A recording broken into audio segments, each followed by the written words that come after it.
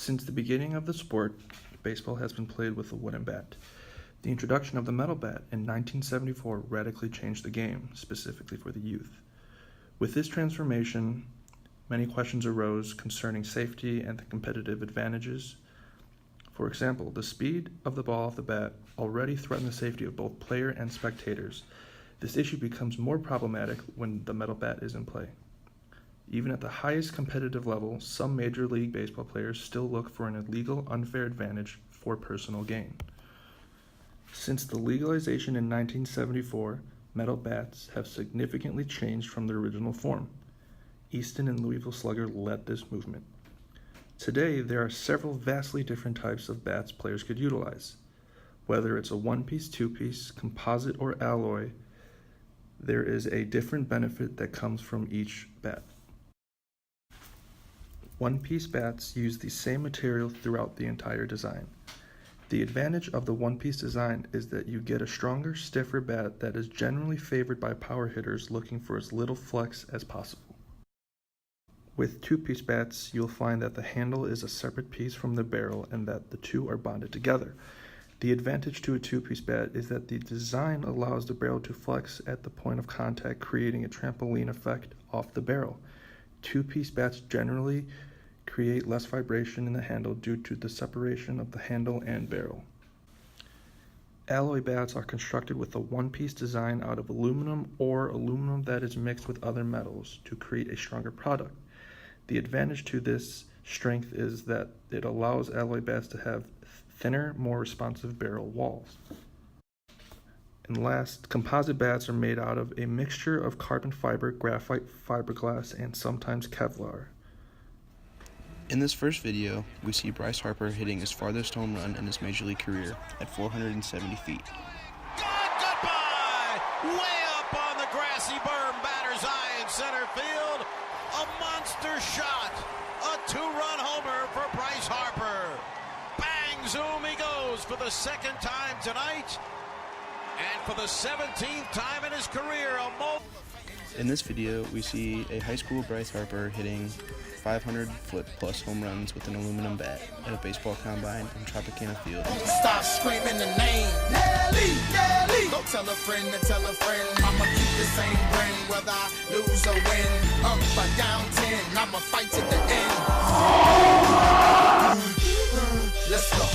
Ain't no way they can stop me now, Nelly, 'cause I'm on my way. I can feel my ring coming. It's the blood of a... Let's look at some statistical data that shows why metal bats are more effective than wooden bats. In a study conducted by Crisco and Greenwald, 19 players were chosen, 9 minor leaguers, 6 college, 4 high school. Each swung 2 wood bats and 5 metal bats. High-speed video was used to obtain a 3D map of the bat swing, locating the trajectory of several points on the bat and ball before, during, and after impact. Video data was then analyzed to obtain batted ball speeds. The result, summarized in this graph, showed conclusively that metal bats outperform wood bats.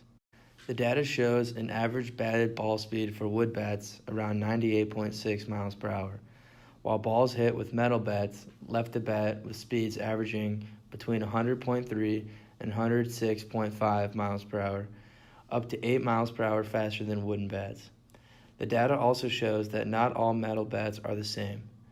In the complete analysis of all the data, Metal Bat 1 was found to perform statistically the same as a wood bat, while Metal Bats 3 and 4 were noticeably better, and Metal Bat 2 was dramatically better. This shows that even within metal bats, advantages and speeds vary, highlighting the importance of monitoring what kinds of bats are being used by certain kinds of players. A metal bat can be considered a non-human apparatus because the game was originally supposed to be played with wood. Before metal bats were even a thought, wood was believed to be the perfect material for baseball. Within the last 40 years, aluminum bats were made to cater to the younger generation that was interested in playing baseball. In the instance of t-ball, young kids were generally not strong enough to hold a metal bat above their shoulders. Thus, a lighter, more durable bat was a necessity. Once the bat was created, kids of all ages could participate in leagues across the world. However, the consequences of creating the new bat would not be realized until later. A large markup in costs and extensive creation process comes along with the new technology. A huge concern with the game of baseball today is that fans are leaving the sport and younger generations are becoming less interested in it because it's too boring. Today, a new baseball fan would be more interested in the game if there were more action, such as more home runs. This trend can be seen by looking at the dramatic loss in viewership of the MLB when the home run count went down. Despite the early 2000s being known as the steroid era of baseball, fans were more interested because of the increased potential in seeing a home run or a big hit. From 1998 to 2006, there were consecutive years of 5,000-plus home runs hit throughout the entire MLB.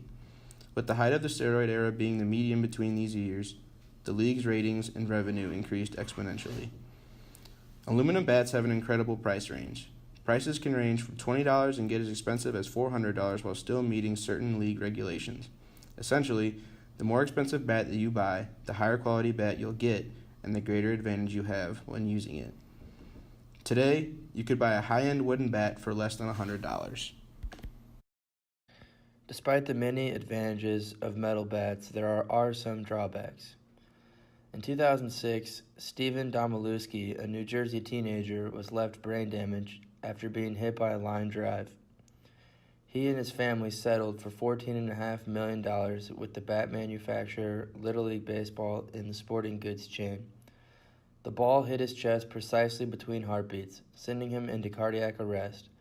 Despite the game being played at a youth level, someone was hurt.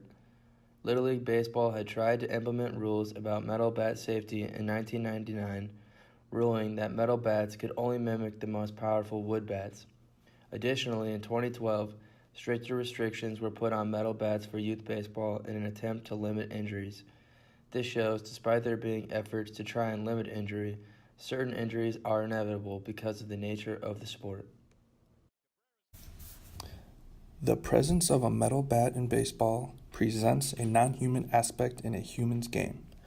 By allowing the younger generation to use metal bats, the safety aspect of the game is compromised along with the simplicity of the sport. Let's take a look at how other non-human aids have been used advantageously, both legally and illegally within sports. Statistical data suggests that metal bats offer more of a non-human advantage than wood bats. This begs the question, how much of an advantage is too far?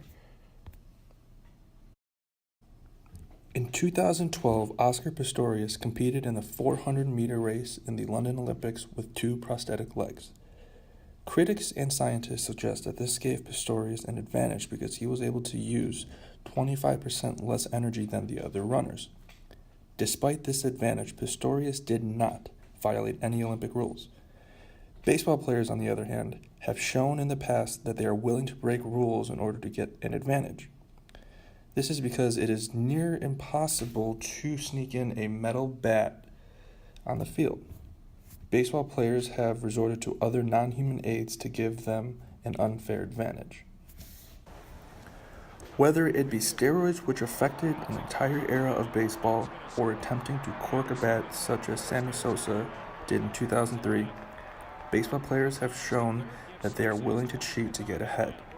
From a societal standpoint, as long as players stay within the rules we have been accustomed to, accept the use of non-human aids. They want to see if what's in the bat is really the bat, or if there's anything in there that shouldn't be in there. And Chip, the only time I've seen something in there